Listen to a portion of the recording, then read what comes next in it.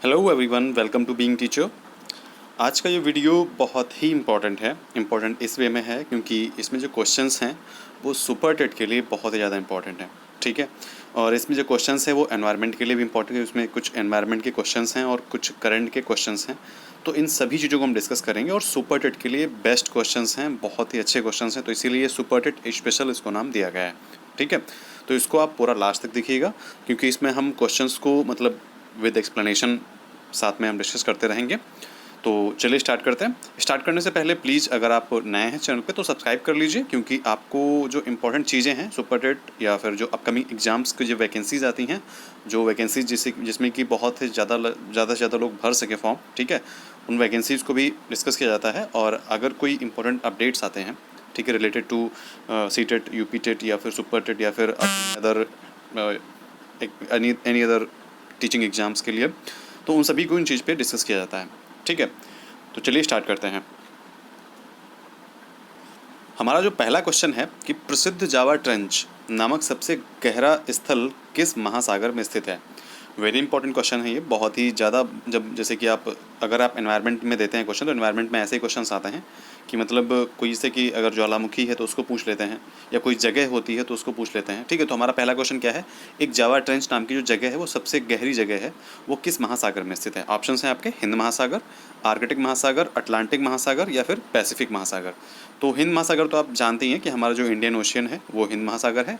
और आर्कटिक महासागर जो है ये ऊपर की तरफ जो हमारी पृथ्वी है, ये हमारी ऊपर की तरफ यहाँ पे आर्कटिक महासागर, और यहाँ साउथ दो मतलब नॉर्थ आर्कटिक और साउथ मतलब महासागर जो है वो, सॉरी, आर्कटिक महासागर ये ऊपर होता है। ठीक है, अटलांटिक महासागर ये अटलांटिक महासागर और नीचे अटलांटिक महासागर, नॉर्थ अटलांटिक और साउथ अटलांटिक होता है। पैसिफिक जो ओशन है, ठीक है, पैसिफिक ओशन ये आपका पड़ता है मतलब जैसे कि आप ये मान के चलिए पृथ्वी है, इधर ये नॉर्थ अमेरिका है, साउथ अमेरिका है, तो ये इधर का ये पूरा पार्ट रहता है। और इसके जो इधर से लेकर के इधर चाइना का जो पूरा पार्ट है, ये सब पैसिफिक ओशियन होता है। ठीक है, मतलब पैसिफिक ओशन काफ़ी बड़ा ओशियन है, ये ओशियन है, तो इसीलिए ये महासागर है। ठीक है, तो इसमें पूछा है कि जो ट्रेंच नामक जगह है जावा ट्रेंच, ठीक है, ये कहाँ पे किस महासागर में स्थित है। तो हमारा जो राइट आंसर यहाँ पे हो जाएगा वो हो जाएगा हिंद महासागर में। इस जावा ट्रेंच को पहले क्या मतलब हम लोग ये बहुत मतलब पुराने टाइम में जावा ट्रेंच बुलाते थे, अभी तो हम इसको क्या बुलाते हैं, सुंडा गर्त बुलाते हैं। ठीक है, सुंडा गर्त के नाम से हम इसको जानते हैं। ठीक है, बुलाते हैं अभी भी जावा ट्रेंच के नाम से, लेकिन इसका जो रिसेंट नाम है अब है वो सुंडा गर्त। नेक्स्ट क्वेश्चन है हमारा कि चंद्रमा का आकार पृथ्वी के आकार का लगभग कितना है। देखिए इस बार सुपर टेट का लेवल हो सकता है थोड़ा सा बढ़ जाए। क्यों? पेपर इजी नहीं देंगे क्योंकि इस बार बच्चे बढ़ेंगे तो cut off, I think cut off तो नहीं बढ़ाएंगे कि कट ऑफ वही रखेंगे, लेकिन हो सकता है क्वेश्चन पेपर पे जो लेवल है वो बढ़ जाए। तो इसीलिए आप लोगों को उस लेवल पे जाके थोड़ा बहुत तैयारी करनी है कि अगर पेपर टफ भी आ जाता है, कुछ क्वेश्चंस अगर मतलब पेपर का लेवल थोड़ा सा एक कह सकते हो अगर थोड़ा सा हाई हो जाता है तो हम लोग उस पेपर्स को सॉल्व कर सकें। ठीक है, तो यहाँ पे इसीलिए हर क्वेश्चन से जो रिलेटेड फैक्ट्स हैं वो भी मैं आपको समझाते हुए चलूँगा। नेक्स्ट क्वेश्चन है हमारा कि चंद्रमा का आकार पृथ्वी के आकार का लगभग कितना है। ठीक है, जो चंद्रमा है वो पृथ्वी के आकार का लगभग कितना है। थोड़ा सा हम जान लेते हैं कि पृथ्वी कैसे बनी थी। जो पृथ्वी बनी थी वो एक बिग बैंग थ्योरी है, आपने सुनी होगी। उसके मतलब टकराने से एक क्या हुआ था, एक अर्थ बन रही थी धीरे धीरे। पहले बहुत गैलेक्सी थी, मतलब हमारे एक कह सकते हैं एक पॉइंट था, फिर वो बढ़ते बढ़ते एक मतलब एक बड़ा गोला बना, और गोले से एक छोटा सा जो उपग्रह, वो क्षुद्र ग्रह होता है। क्षुद्र ग्रह जानते हैं, जो आसमान में ऐसे ही फ्री में टहलते रहते हैं। ठीक है, उनको क्षुद्र ग्रह बोलते हैं।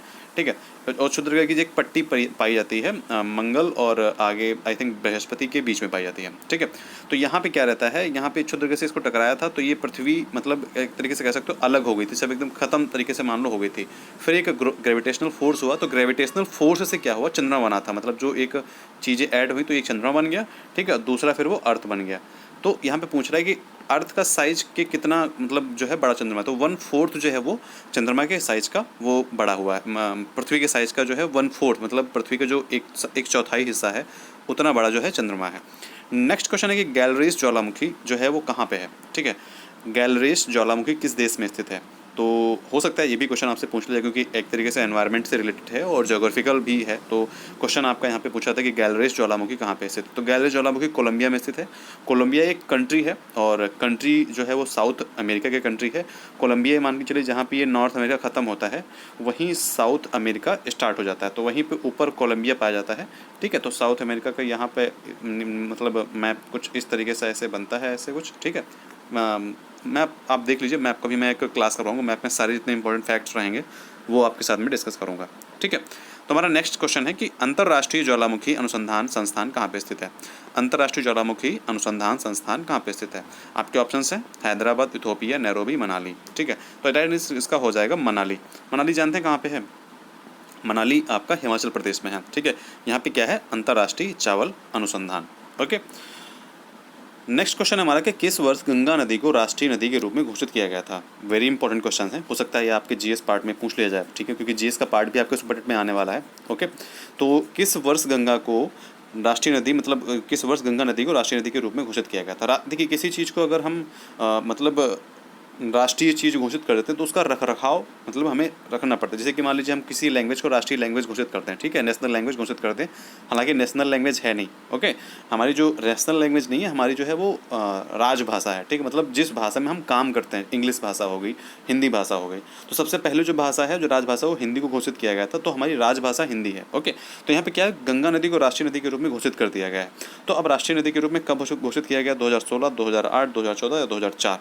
तो इसका राइट आंसर आपका हो जाएगा 2008। अब ये किसकी अध्यक्षता, मतलब कौन थे उस टाइम पीएम, तो 4 नवंबर को घोषित किया गया था। 4 नवंबर 2008 को मनमोहन सिंह की अध्यक्षता में, हमारे जो पीएम थे वो मनमोहन सिंह थे, उनकी अध्यक्षता में गंगा नदी को राष्ट्रीय नदी घोषित कर दिया गया था। वो इसलिए क्योंकि देखिए, गंगा नदी को मतलब उनके जो मतलब पॉल्यूशन फ्री किया जाए, वहाँ पे पॉल्यूशन गंगा नदी में ज़्यादा से ज़्यादा ना फैलाया जाए। वहाँ पे जो खुले नाले बहते हैं, ठीक है, तो वहाँ पे जो गंदे गंदे नाले बह करके गंगा नदी में आते हैं और उसको पॉल्यूटेड करते हैं गंगा नदी को, तो इसी के लिए इसको राष्ट्रीय नदी घोषित कर दिया गया था, जिससे कि गंगा नदी की जो स्वच्छता है, निर्मलता है, उसको बचाया जा सके। ठीक है, नेक्स्ट क्वेश्चन हमारा कि पादप कोशिका भित्ति, साइंस का क्वेश्चन आ गया। देख लीजिए, बहुत ही अच्छा क्वेश्चन है यहाँ पे, बहुत ही इंटरेस्टिंग क्वेश्चन है। आपको हर एक क्वेश्चन समझ में आएगा, कभी भूलेंगे नहीं वो क्वेश्चन, आएगा गारंटेड यू।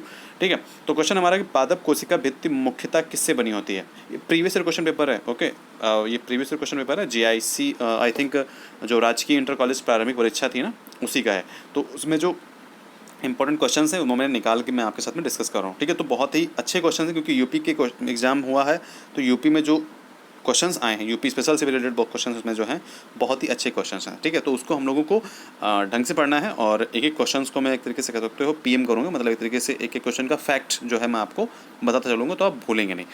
पादप कोशिका भित्ति जो है एक किससे बनी होती है। देखिए, पादप कोशिका भित्ति एक तरीके का होता है कवर। ठीक है, जैसे किसी जीव जंतु का होता है एक कवर होता है, ठीक है, जो मतलब सेव करता है। तो किससे बनी होती है, यहाँ पे सेल्यूलोज से बनी होती है। ठीक है, लिपिड, प्रोटीन, विटामिन से नहीं, सेल्यूलोज से बनी होती है। सेल्यूलोज और हेक्टोज और ऐसे करके फ्रैक्टोज करके एक मतलब एक तरीके से मतलब एक ग्लू कह सकते हो होता है। तो जो पादप कोशिका भित्ति होती है वो सेल्यूलोज से बनी होती है। ओके, बायोलॉजी का क्वेश्चन है, बहुत अच्छा क्वेश्चन है, इसको आप थोड़ा सा देख लीजिए, क्योंकि हो सकता है बायोलॉजी से क्वेश्चन साइंस में पूछ लिए जाते हैं। ओके, तो सुपर एट में क्वेश्चन को हमको ध्यान में रखते हुए इस चीज़ को डिस्कस कर रहे हैं। निम्नलिखित में से कौन सा एक मौलिक कर्तव्य नहीं है। निम्नलिखित में से कौन सा एक मौलिक कर्तव्य नहीं है। सैन्य और शिक्षा के अतिरिक्त सभी उपाधियों का उन्मूलन, प्रभुत्व की रक्षा और उसे बनाए रखना, एकता और भाईचारे को बढ़ावा देना, संविधान का पालन और राष्ट्रीय ध्वज का सम्मान करना। ओके, तो हमारा राइट आंसर इसमें क्या हो जाएगा। देखिए, लुक लाइक यहाँ पे जो सैन्य और शिक्षा के अतिरिक्त सभी उपाधियों का उन्मूलन, जो उपाधियों का उन्मूलन है, ठीक है, उपाधियों का उन्मूलन ये आपके आर्टिकल 18 में है। और आर्टिकल जो 18 है वो किस में है, फंडामेंटल राइट्स में है ना, मूल अधिकार में है ना। तो यहाँ पे जब मूल अधिकार में आर्टिकल ये है, तो सिंपल सी बात है, ये मौलिक कर्तव्य यहाँ पे पूछ रहे हैं, मौलिक अधिकार तो नहीं पूछ रहे। तो मौलिक कर्तव्य में ये नहीं होगा, यहाँ पे पूछ रहे हैं कि नहीं है। ठीक है, तो नहीं का ऑप्शन राइट आंसर हो जाएगा A। ओके, नेक्स्ट क्वेश्चन हमारा कि किस अनुच्छेद के तहत भारत में राष्ट्रीय वित्तीय आपातकाल की घोषणा कर सकते हैं। वेरी इंपॉर्टेंट क्वेश्चन है, लिख लीजिए। हो सकता है अगर थोड़ा सा मूड घूम गया एग्जामिनर का, तो ये क्वेश्चन पूछ सकता है कि वित्तीय आपातकाल की घोषणा कब कर सकते हैं। पहली बात मैं आपको बता दूं, वित्तीय आपातकाल आज तक नहीं लगा है भारत में, वित्तीय आपातकाल आज तक नहीं लगाया गया है। ठीक है, वित्तीय आपातकाल जब लगता है तो ये मान के चलिए कि मतलब जो करेंसी है, मतलब जो पैसों की कमी हो जाती है, भारत देश के पास में पैसे नहीं बचते हैं, तो वित्तीय आपातकाल लगा सकते हैं। ओके, तो यहाँ पे राइट आंसर आपका हो जाएगा आर्टिकल 360। आर्टिकल जो 360 है वो वित्तीय आपातकाल से संबंधित है। ठीक है, आर्टिकल जो 365 है इसमें रहता है कि अगर कोई केंद्र जो है, आर्टिकल 356 जो है ये आपका होता है राष्ट्रपति शासन लगाना। ठीक है, और अगर वहाँ का जो संवैधानिक चीज़ है वो फेल हो जाती है, मतलब वहाँ का जो शासन है वो फेल हो जाता है, वहाँ पे किसी के अधिकार नहीं बनते हैं और सरकार नहीं बनता है, तो वहाँ पे क्या लगाया जाता है, राष्ट्रपति शासन लगा दिया जाता है आर्टिकल 56 के तहत में। लेकिन अगर आर्टिकल 65 की बात है तो इसमें भी राष्ट्रपति शासन लगाया जाता है। लेकिन यहाँ पे ये होता है कि अगर सरकार द्वारा दिया गया, जो गवर्नमेंट सेंट्रल द्वारा दिया गया अनुदेशन या कोई भी निर्देश दिया जाता है, मतलब स्टेट गवर्नमेंट को, और उसको फॉलो नहीं करता है, तो यहाँ पे हम राष्ट्रपति शासन लगा सकते हैं आर्टिकल 365 के तहत में। ओके, नेक्स्ट क्वेश्चन हमारा कि कौन सा रक्त जो है वो समूह सर्वदाता कहलाता है। सर्वदाता जानते हैं, मतलब यहाँ पे हम लोगों ने ए बी और ए बी और इस तरीके से ओ नेगेटिव ओ पॉजिटिव, ये हम लोगों ने पढ़ा था, ए पॉजिटिव बी पॉजिटिव से पढ़ा था ना। तो ये रक्त जो है ये मतलब कौन सा सर्वदाता कहलाता है, मतलब किससे हम जो है ब्लड ले सकते हैं, सभी ग्रुप के जो लोग हैं वो ब्लड ले सकते हैं। तो यहाँ पे राइट आंसर आपका हो जाएगा ओ नेगेटिव। ठीक है, नेक्स्ट क्वेश्चन है हमारा कि निम्नलिखित में से अधिवृक्क रस जिसको हम एड्रेनल बोलते हैं, ठीक है, किस श्रेणी में रखते हैं, किसको मतलब एंजाइम कहते हैं, उसको हम वसा कहते हैं, प्रोटीन कहते हैं या हार्मोन्स कहते हैं। तो राइट आंसर इसका क्या हो जाएगा, यहाँ पे उसको क्या बोलेंगे, हार्मोन्स। ठीक है, हार्मोन्स होता है ये, जिस मतलब ये हमारे अधिवृक्क जिसको हम एड्रेनल कहते हैं, तो ये हार्मोन्स होता है, मतलब ये रिलीज होता है हमारी बॉडी में। ओके, नेक्स्ट क्वेश्चन है कि इलेक्ट्रॉन की खोज किसके द्वारा की जाएगी। बहुत अच्छा क्वेश्चन है, वेरी कॉमन क्वेश्चन। तो आई होप कि आपको पता ही होगा, फिर भी मैं बता रहा हूँ, मेरा काम बताना है। तो आप लोग देखिए, बहुत इंपॉर्टेंट क्वेश्चन है, इसको थोड़ा सा ध्यान में रखिएगा। ठीक है, इलेक्ट्रॉन की खोज किसके द्वारा हुई, मैं आपको समझा दे रहा हूँ, आप भूलेंगे नहीं। देखिए, इलेक्ट्रॉन की खोज किसके द्वारा हुई, तो जेम्स चैडविक के द्वारा जो है वो जे थॉमसन के द्वारा जो है वो इलेक्ट्रॉन की खोज हुई। ठीक है, जे थॉमसन के द्वारा इलेक्ट्रॉन की खोज हुई। जेम्स चैडविक के द्वारा न्यूट्रॉन की खोज की गई थी। ठीक है, और 1932 में इसकी खोज की गई थी, इसकी न्यूट्रॉन की, और इसके लिए इनको क्या मिला था, नोबेल प्राइज़ भी मिला था। ठीक है, अब हम आते हैं अर्नेस्ट रदरफोर्ड। देखिए, अर्नेस्ट रदरफोर्ड जो है उनको फादर ऑफ न्यूक्लियर फिजिक्स बोलते हैं, और कहीं कहीं पे ये मिल जाता है कि प्रोटॉन की खोज अर्नेस्ट रदरफोर्ड ने की थी। ठीक है, और कहीं कहीं मिलता है कि ई गोल्डस्टीन जो है इन्होंने प्रोटॉन की खोज की थी। वैसे ज़्यादा माना जाता है कि जो अर्नेस्ट रदरफोर्ड है इन्होंने ही प्रोटॉन की खोज की थी। ठीक है, तो इन्हों को हम मानेंगे, प्रोटॉन की खोज इन्होंने की थी, न्यूट्रॉन की इन्होंने की थी, और जो थॉमसन है इन्होंने किसकी की थी, इलेक्ट्रॉन की। ठीक है, नेक्स्ट क्वेश्चन हमारे कि 12 नंबर क्वेश्चन हमारे कि पुरुषों में वाक तंतु वोकल कार्ड्स कितने लंबे होते हैं। ठीक है, वोकल कार्ड्स जानते हैं, जो जिससे आवाज़ आती है हमारी गले में जो होते हैं, वोकल कार्ड्स कितने लंबे होते हैं। तो इसका राइट आंसर क्या हो जाएगा, 20 मीटर। ठीक है, 20 मिलीमीटर होते हैं। नेक्स्ट क्वेश्चन है कि हाल ही में भारत का कौन सा राज्य मगरमच्छों की 3 प्रजातियों वाला देश का पहला राज्य बना। करंट का क्वेश्चन है, बहुत अच्छा क्वेश्चन है, तो इसीलिए आपको बिल्कुल ध्यान में रखना है, या आपके सुपर हो सकता है आ जाए। ठीक है, और क्वेश्चंस ऐसे ही करंट्स के पूछे जाएंगे। ठीक है, तो बताइए हाल ही में भारत का कौन सा जो राज्य है मगरमच्छों की 3 प्रजातियों वाला देश का पहला राज्य। ये क्वेश्चन आपको याद रखना है, क्योंकि ये करंट का क्वेश्चन है, और अगर मान लीजिए जनवरी या फरवरी में एग्जाम होता है सुपर का, तो क्वेश्चन लास्ट के 6 to 8 मंथ के करंट अफेयर पूछे जाते हैं सुपर में। ठीक है, तो इस चीज़ का ध्यान रखना है। ठीक है, तो चलिए नेक्स्ट क्वेश्चन हमारा इसमें आंसर क्या हो जाएगा, ओडिशा। जो ओडिशा है उसमें क्या है, 3 प्रजातियों मगरमच्छ की 3 प्रजातियों वाला देश का पहला राज्य बना है। मतलब उस राज्य में 3 प्रजातियां जो है मगरमच्छ की पाई जाती हैं। कहाँ पे, ओडिशा में। आप इसको कैसे याद करेंगे, ओडिशा में 3 वर्ड हैं। ठीक है, तो हम इसको याद कर सकते हैं कि भाई जो मगरमच्छ है उसमें ओडिशा में, मतलब एक तरीके से देख लीजिए, जो ये डी है यहाँ पे 3 फील हो रहा है, हालांकि मतलब अब माइंड को ही समझाना है। ठीक है, ट्रिक जो है माइंड के अकॉर्डिंग ही चलती है। तो यहाँ पे जो ओडिशा है, यहाँ पे जो डी है एक तरीके से थ्री टाइप में फील हो रहा है, तो 3 प्रजातियों वाला है, तो यहाँ पे क्या हो जाएगा, ओडिशा में। ना केरल में है, ना मध्य प्रदेश में, ना उत्तर प्रदेश में, तो ओडिशा में 3 टाइप में हो रहा है ना डी, तो इस तरीके से हम इसको समझ सकते हैं, मतलब एज अ ट्रिक। ओके, चलिए नेक्स्ट क्वेश्चन हमारा कि जून 2021 में नीति आयोग द्वारा प्रस्तुत SDG, क्वेश्चन इसी टाइप से आएंगे, मैं बार बार बता रहा हूँ आपको।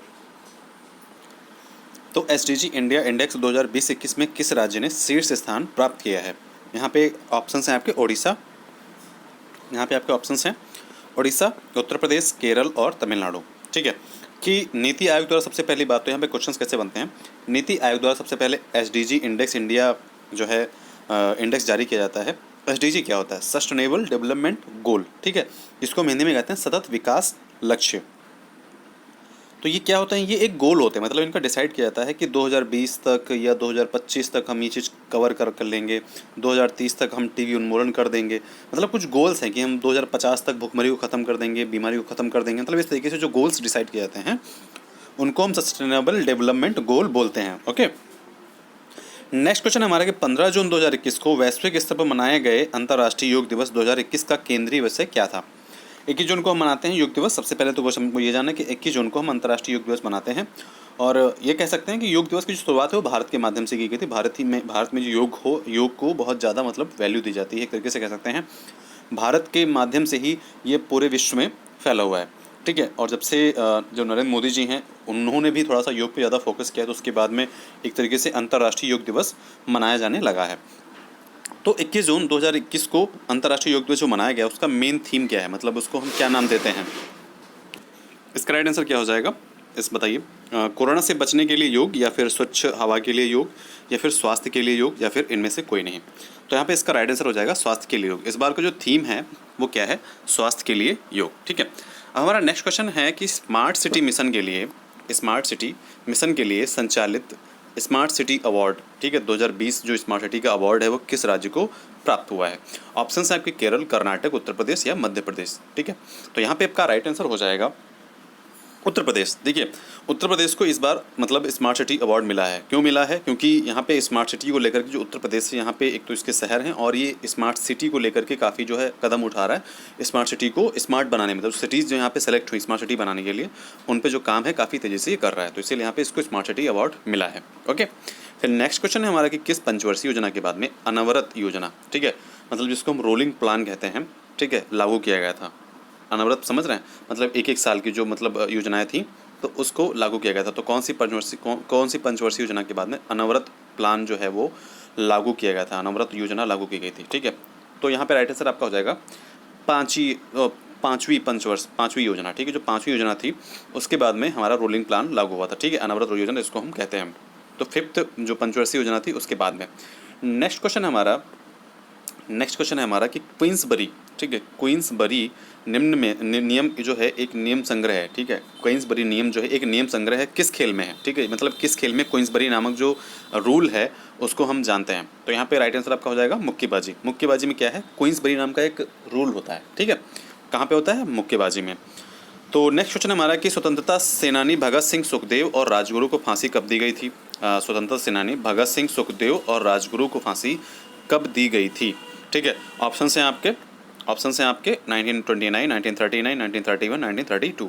बताइए इसका राइट आंसर क्या हो जाएगा? देखिए 19 का राइट आंसर हो जाएगा 1931 में। 1931 में 3 लोगों को जो है ये फांसी दी गई थी। ठीक है, भगत सिंह, सुखदेव और राजगुरु। हाल ही में भगत सिंह की जो है क्या बोलते हैं पुण्य जन्म तिथि थी, तो उनको लेकर के मतलब जो है उनको जो मृत्यु थी इनकी 931 में थी, और बहुत ही कह सकते हैं बहुत बहादुर थे। जिस एज में हम लोग मान के चलिए हम लोग ग्रेजुएशन कर रहे हैं, उस एज में ये भारत की आज़ादी के लिए लड़ रहे थे। ठीक है, और एक तरीके से कह सकते हैं मतलब जो चंद्रशेखर आज़ाद हैं, भगत सिंह हैं, मतलब असली आज़ादी कह सकते हैं इन्होंने दिलाई। मतलब अब बहुत लोगों के अपने अपने ओपिनियन है, मेरा ये ओपिनियन है। ओके, नेक्स्ट क्वेश्चन हमारा कि निम्नलिखित में से किसने तीनों गोलमेज सम्मेलन में भाग लिया था? बहुत अच्छा क्वेश्चन है, वेरी इंपॉर्टेंट क्वेश्चन है आपके लिए। तीनों गोलमेज सम्मेलन में किसने भाग लिया था? ऑप्शन है आपके B R Ambedkar, Madan Mohan Malaviya, Annie Besant, Mahatma Gandhi. ठीक है, राइट आंसर इसका क्या हो जाएगा? राइट आंसर हो जाएगा B R Ambedkar. B R Ambedkar जो थे इन्होंने तीनों गोलमेज सम्मेलन में भाग लिए थे। 3 गोलमेज सम्मेलन कब हुए थे? देखो, पहला गोलमेज सम्मेलन हुआ था नवंबर 1930 में।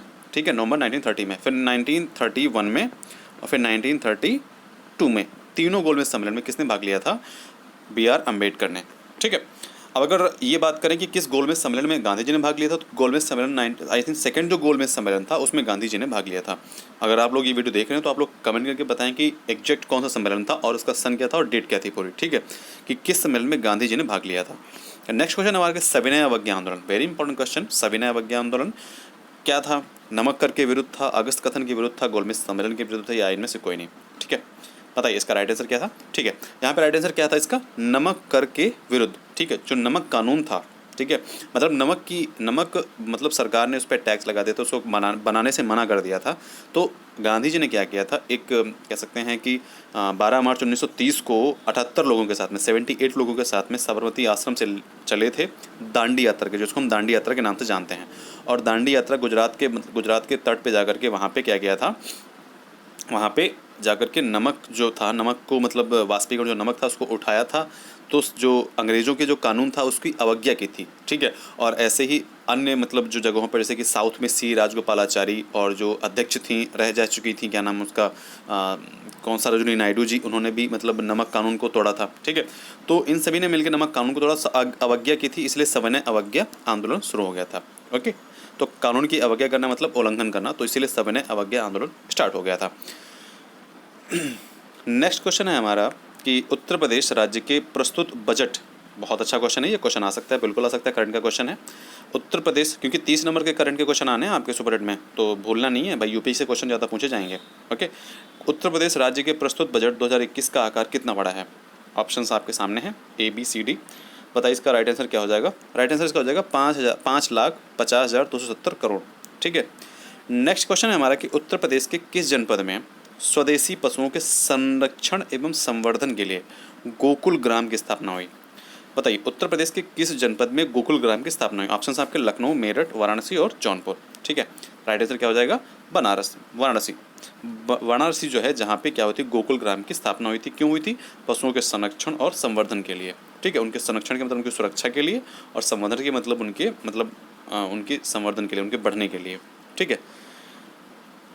बहुत मस्त क्वेश्चन है आपका ये। पेपरलेस बजट प्रस्तुत करने वाला देश का पहला राज्य कौन है। First state of the India जिसने पेपरलेस बजट प्रस्तुत किया है। उड़ीसा, बिहार, उत्तर प्रदेश, मध्य प्रदेश। बताइए 24 right answer Uttar Pradesh. Okay. Uttar Pradesh जो है ये क्वेश्चन मान के चलिए आने वाला है इस बार। ठीक है। सुपर अपने लिख लीजिए, ये क्वेश्चन 99% आ सकता है। 1% चांस नहीं होता है आने का, लेकिन 99% आ सकता है कि पेपरलेस बजट प्रस्तुत करने वाला देश का प्रथम राज्य कौन है, उत्तर प्रदेश है। ओके। नेक्स्ट क्वेश्चन है हमारे कि नई शिक्षा नीति के तहत किस शिक्षा कार्यक्रम को समाप्त कर दिया गया है। नई शिक्षा नीति के तहत किस शिक्षा कार्यक्रम को मतलब कौन सा कोर्स था जिसको समाप्त कर दिया गया है। ऑप्शन हैं आपके बीएड, एमफिल, पीएचडी और डीफिल। अब देखिए यहाँ पे आप कॉमन सेंस लगा सकते हैं। अगर आपको कोई जानने वाला है, आपने देखा कि बीएड की सीट्स आ रही हैं, बीएड आ रहा है, तो ऐसा मान के चलिए बीएड तो नहीं खत्म हुआ है ना, पीएचडी आ रही, पीएचडी तो पीएचडी भी लोग कर रहे हैं, पीएचडी भी कोई खत्म करने की बात नहीं थी। डीफिल या फिर एमफिल में से कोई चीज़ हो सकती है। ठीक है। तो यहाँ पर राइट आंसर क्या हो जाएगा, एमफिल। एमफिल जो है इसको खत्म कर दिया गया है, नई शिक्षा नीति के तहत इसको बंद कर दिया गया है। ठीक है। नेक्स्ट क्वेश्चन है कि भारत में कोविड-19 टीकाकरण के प्रथम चरण की शुरुआत। बहुत अच्छा क्वेश्चन है, पूछा जाएगा, लिख लीजिए, बहुत ज़्यादा इंपॉर्टेंट क्वेश्चन है ये। प्रथम चरण की शुरुआत कोविड-19 टीकाकरण की कब हुई थी। वेरी इंपॉर्टेंट क्वेश्चन गाइस, इसको आप लोग नोट कर लीजिए, पूछा जा सकता है पूरा। राइट आंसर क्या हो जाएगा इसका 26। राइट आंसर से क्या हो जाएगा 16 जनवरी 2021 को प्रथम चरण की शुरुआत हुई थी कोविड-19 टीकाकरण की। ठीक है। देखिए वो क्वेश्चन पूछे जाएंगे हैं जिनको पूरा मतलब पूरे जिन क्वेश्चंस को मतलब सरकार बताना चाहती कि हाँ हम पूछेंगे। देखिए सेम वही क्वेश्चन पूछे गए हैं। ओके। कोविड-19 टीकाकरण ले लीजिए, पेपरलेस बजट ले लीजिए। ठीक है। और पेपर बजट पूछ लीजिए, बजट कितना आया था ये देख लीजिए। तो बहुत ही ईजी क्वेश्चंस हैं। बस ये है कि लोग ध्यान नहीं देते हैं तो क्वेश्चन मिस हो जाता है। बहुत ईजी क्वेश्चंस हैं, अगर आप लोग देख रहे हैं तो गारंटेड इन क्वेश्चन में से कम 4 से 5 क्वेश्चन आपके सुपर में फंसेंगे। ओके। ठीक है। 27 क्वेश्चन हमारा क्या है कि हाइड्रोजन गोलमेज सम्मेलन का आयोजन किस देश में किया गया। हाइड्रोजन गोलमेज सम्मेलन का आयोजन किस देश में किया गया। ठीक है। राइट आंसर क्या हो जाएगा, भारत में हाइड्रोजन गोलमेज सम्मेलन का आयोजन किया गया। ठीक है। नेक्स्ट क्वेश्चन हमारा कि विश्व बौद्धिक संपदा दिवस कब मनाया गया। विश्व बौद्धिक संपदा दिवस कब मनाया गया। ऑप्शन हैं आपके 22 अप्रैल, 23 अप्रैल, 25 अप्रैल, 26 अप्रैल। राइट आंसर आपका क्या हो जाएगा 26 अप्रैल। 26 अप्रैल को बौद्धिक संपदा दिवस मनाया जाता है। विश्व बौद्धिक संपदा दिवस 26 अप्रैल को मनाया जाता है। नेक्स्ट क्वेश्चन हमारा कि 500 टी20 मैच खेलने वाले विश्व के पहले खिलाड़ी कौन बन गए हैं। 500 टी20 मैच, रियली बहुत ज़्यादा मैच होते हैं 500 टी20। तो कौन है भाई जिन्होंने ये मैच खेल ले। भाई भारत का कोई नहीं है। ठीक है। भारत का भी कोई भी 500 मैच जो टी20 मैच है वो नहीं खेला है। तो पोलार्ड जो है ये इन्होंने 500 टी20 मैच वो खेले हैं। नेक्स्ट क्वेश्चन हमारा कि खेलो इंडिया यूथ गेम्स 2021 के चौथे संस्करण की मेजबानी कौन राज्य करेगा। खेलो इंडिया यूथ गेम्स 2021 के चौथे संस्करण की मेजबानी कौन राज्य करेगा। ऑप्शन हैं आपके पंजाब, हरियाणा, उत्तर प्रदेश, उड़ीसा। पंजाब, हरियाणा, उत्तर प्रदेश, उड़ीसा। राइट आंसर क्या हो जाएगा आपका हरियाणा। हरियाणा जो क्या करेगा, इन खेलो इंडिया जो यूथ गेम्स है 2021 के चौथे संस्करण की मेजबानी हरियाणा करेगा। ठीक है। तो हरियाणा ध्यान रखना कि जो चौथा संस्करण है यूथ गेम्स का, खेलो इंडिया का, वो उसकी मेजबानी करेगा, मतलब वहाँ पे होंगे। ठीक है। नेक्स्ट क्वेश्चन है हमारा कि किस कंपनी द्वारा भारत में नए संसद भवन का निर्माण किया जा रहा है। बहुत अच्छा क्वेश्चन है, मान के चलिए, क्योंकि अभी नए संसद भवन का निर्माण किया जा रहा है, क्योंकि अभी जो परमिशन आयोग जो मतलब एक कह सकते हैं परसीमन होगा, जिसको बोलते हैं हम लोग इंग्लिश में, मुझे एग्जैक्ट वो वर्ड नहीं याद आ रहा है, इसको हम परमिशन बोलते हैं। 2026 में परमिशन होगा, तो ये मान के परसीमन होगा। ठीक है। तो 2026 में क्या होता है, मतलब जो सदस्य होंगे, जो मतलब जो ये सांसद और जो सांसद का जो एरिया होगा ना, उसको डिवाइड कर दिया जाएगा। ठीक है। जैसे कि आपका जो इस टाइम एरिया हो सकता है उसको दो वहाँ पे पहले एक सांसद थे, तो अब उसको 2 सांसद संभालेंगे। ओके। तो यहाँ पे वही चीज़ है ना, परिसीमन करते हैं क्योंकि जनसंख्या बढ़ रही है। तो पहले क्या था कि 2020 में करना था, लेकिन फिर अब 2026 में करना था, ठीक है। सन 2000 में करना था, ठीक है, 2020 में नहीं, सन 2000 में मतलब परिसीमन करना था, लेकिन इसको बढ़ा करके 2026 कर दिया गया। ओके, तो 2026 में निर्माण होगा तो सांसदों की जो संख्या है, जो सांसद हैं, ठीक है, जो मेंबर ऑफ पार्लियामेंट है, उनकी संख्या बढ़ जाएगी। तो इसीलिए उसका जो कैपेसिटी है 876, मतलब मान के चलिए जहाँ पे राज्यसभा लोकसभा के एक साथ में लोग बैठ सकें, ठीक है, इतनी कैपेसिटी इसकी बढ़ाई जा रही है, लोकसभा की और राज्यसभा दोनों की। ओके, दोनों की जो कैपेसिटी है बढ़ाई जा रही है। अभी कैपेसिटी क्या है, 250 या 255 मान के चलिए अभी कैपेसिटी है, और लोकसभा की जो कैपेसिटी है वो भी मतलब 550 इसकी है, ठीक है। तो इसीलिए अब इसकी कैपेसिटी थोड़ा बढ़ाई जाएगी। तो इसका कौन सा जो है जो संसद भवन का निर्माण कर रहा है, तो राइट आंसर क्या हो जाएगा, टाटा प्रोजेक्ट लिमिटेड। ओके, अब हम आते हैं अपने नेक्स्ट क्वेश्चन पे। किस देश के द्वारा जलवायु परिवर्तन के खिलाफ फ्राइडेज फॉर फ्यूचर, बहुत अच्छा क्वेश्चन है, क्लाइमेट से रिलेटेड है, मान के चलिए एनवायरनमेंट के लिए आपके लिए बहुत अच्छा क्वेश्चन है आपके लिए, कि फ्राइडेज फॉर फ्यूचर करंट का क्वेश्चन है, करंट अफेयर्स का क्वेश्चन है, तो इसको आपको ध्यान में रखना है। फ्राइडेज फॉर फ्यूचर अभियान की शुरुआत कहाँ पे हुई थी? ऑप्शन है आपके फिनलैंड, अमेरिका, स्वीडन या नॉर्वे। राइट आंसर क्या हो जाएगा, स्वीडन। देखिए, फ्राइडेज फॉर फ्यूचर क्या है, ये इंटरनेशनल एक इंटरनेशनल मूवमेंट है, ठीक है, मतलब इंटरनेशनल एक तरीके से ये एक अभियान चलाया जा रहा है, और इसके जो लीडर हैं, ठीक है, वो कह सकते हैं ग्रेटा थनबर्ग हैं, ठीक है। ग्रेटा थनबर्ग जो है वो स्वीडन के रहने वाली हैं। तो इन्होंने क्या किया है, इन्होंने क्या किया, मतलब फ्राइडे को जो है सभी बच्चे, ठीक है, स्कूल स्किप, ठीक है, फॉर क्लाइमेट। तो मतलब इन्होंने क्या किया था, SS4C, मतलब एक तरीके से ये कह सकते हो ये लोगो है उनका। तो स्कूल स्किप, ठीक है, या फिर स्किप स्कूल समथिंग ऐसा करके है, और फॉर क्लाइमेट। ओके, तो यहाँ पे इन्होंने चलाया था फ्राइडेज फॉर फ्यूचर, मतलब जलवायु परिवर्तन के लिए, जलवायु परिवर्तन के खिलाफ, ठीक है, फ्राइडेज फॉर फ्यूचर को इन्होंने लीड कर रहे हैं। कौन? ग्रेटा थनबर्ग लीड कर रहे हैं। किस देश से हैं? स्वीडन से, ठीक है। कहाँ पे चलाया जा रहा है ये? स्वीडन में। तो ये सभी जो देश हैं देखते हैं वो सपोर्ट कर रहे हैं। हालांकि मतलब इंडिया नहीं कर रहा, क्योंकि इंडिया में अभी इतना कोरोना वगैरह अब कोई बहुत ही नहीं करे, क्योंकि कॉलेज स्किप नहीं कर सकता कोई, ठीक है। तो सैटरडेज़ के लिए हो सकता है कर दे, मतलब ये चीज़ अपने इंडिया में बहुत कम है। फॉरेन वगैरह में ज़्यादा थोड़ा सा इन चीज़ों को फॉलो किया जा रहा है। ओके, हम लोग अभी डेवलपिंग नेशन है, तो मतलब हम लोग इन चीज़ों थोड़ा सा हटते हैं, थोड़ा बचते हैं, ठीक है, क्योंकि हम लोगों को अभी और डेवलप होना है। ओके, अभी डेवलप्ड नहीं है, डेवलप हो रहे हैं, ठीक है। नेक्स्ट क्वेश्चन हमारा, दुनिया के 5 महाद्वीपों की एकजुटता को व्यक्त करने के लिए 5 रिंग ओलंपिक खेलों का प्रसिद्ध प्रतीक किस देश के शिक्षक ने बनाया था? बहुत अच्छा क्वेश्चन है ये, ठीक है, उसको ध्यान में रखिएगा। हो सकता है पूछ ले, हालांकि ये पूछेंगे नहीं, मतलब ये क्वेश्चन नहीं आएगा, लेकिन ध्यान में रखिए, हो सकता है पूछ लें। तो आपका राइट आंसर हो जाएगा फ्रांस, ठीक है। 1930 में एक कुछ थे, बी से इनका नाम स्टार्ट होता है इंग्लिश में, तो 1913 में इन्होंने बनाया था, ठीक है। फ्रांस के थे वो, शिक्षक थे वो। ओके, सबसे बड़ी चीज़ है वो शिक्षक थे। नेक्स्ट क्वेश्चन है कि हमारा 7 ओलंपिक खेलों में भाग लेने वाले या वाली पहली भारतीय और एकमात्र टेनिस खिलाड़ी कौन है? ठीक है, राइट आंसर आपका हो जाएगा लिएंडर पेस, ठीक है। लिएंडर पेस जो है ना 7 ओलंपिक गेम्स में मतलब भाग लिया है, ठीक है। मैरी कॉम भी खेली हैं, लेकिन इनका आई थिंक 5 ओलंपिक है, मतलब 7 ओलंपिक नहीं है, ठीक है। तो 5 ओलंपिक में इन्होंने मतलब पार्टिसिपेट किया मैरी कॉम ने, मैं कंफर्म नहीं हूँ, आप लोग देख लीजिएगा, लेकिन लिएंडर पेस इन्होंने 7 ओलंपिक में भाग लिया है। ओके, नेक्स्ट क्वेश्चन हमारा बहुत अच्छा क्वेश्चन है, और आई थिंक फेवरेट क्वेश्चन है आप सभी लोगों का। टोक्यो ओलंपिक 2020 में भारत की नीरज चोपड़ा ने जेवलिन थ्रो में कौन सा पदक जीता था? अब आप लोगों को ये तो बताना नहीं पड़ेगा, आप बहुत अच्छा क्वेश्चन है, लेकिन देखिए करंट का क्वेश्चन है, ठीक है, मतलब 1 महीने पहले मान के चलिए ये क्वेश्चन आई थिंक जो जेवलिन जो ओलंपिक से ख़त्म हुआ था उसके आई थिंक 20 दिन के बाद में ये एग्ज़ाम था। तो देख लीजिए 19 सितंबर को ये एग्ज़ाम था एक, तो उसी में क्वेश्चन आया हुआ है। ओके, चलिए आज हमारे जो क्वेश्चन है जीएस के वो यहीं पे ख़त्म होते हैं। इसमें आपने एनवायरनमेंट, ठीक है, थोड़ा बहुत पॉलिटी, थोड़ा बहुत ज्योग्राफी, ठीक है, एनवायरनमेंट, और इसमें थोड़ा बहुत एक हिस्ट्री के भी क्वेश्चन एक दो आए, लेकिन वो हिस्ट्री को नहीं कह सकते हैं, वो कह सकते हैं मतलब कि वो जीएस मतलब सामान्य अध्ययन से रिलेटेड क्वेश्चन है, ठीक है, जीएस के मतलब सामान्य ज्ञान के से रिलेटेड क्वेश्चन आए, ठीक है। तो आई थिंक आज का सेशन बहुत अच्छा हुआ है, और आप लोगों को पसंद आया है तो प्लीज़ इसको लाइक कर दीजिए और शेयर कर दीजिए, ठीक है, अपने दोस्तों के साथ में शेयर कर दीजिए, क्योंकि जो वीडियोज़ हैं काफ़ी हेल्पफुल होने वाले हैं। और सीडीपी की क्लास जल्दी स्टार्ट हो जाएगी। सीडीपी के लिए परेशान मत होइए, मैं वादा करता हूँ मैं कैसे भी करके आपकी सीडीपी की पूरी तैयारी करवाऊँगा। ओके, और जो आपका क्या बोलते हैं इंग्लिश के लिए, इंग्लिश की क्लासेस चल रही हैं, आप लोग देख नहीं रहे, गलत बात है, आप लोग देखिए, ठीक है, नहीं तो सच बता रहा हूँ सर पकड़ के रोएंगे आप, ठीक है, क्योंकि मैं नहीं चाहता हूँ कि आप लोग ऐसा करें, इसलिए मैं आपको बार बार अवेयर करा रहा हूँ, ठीक है।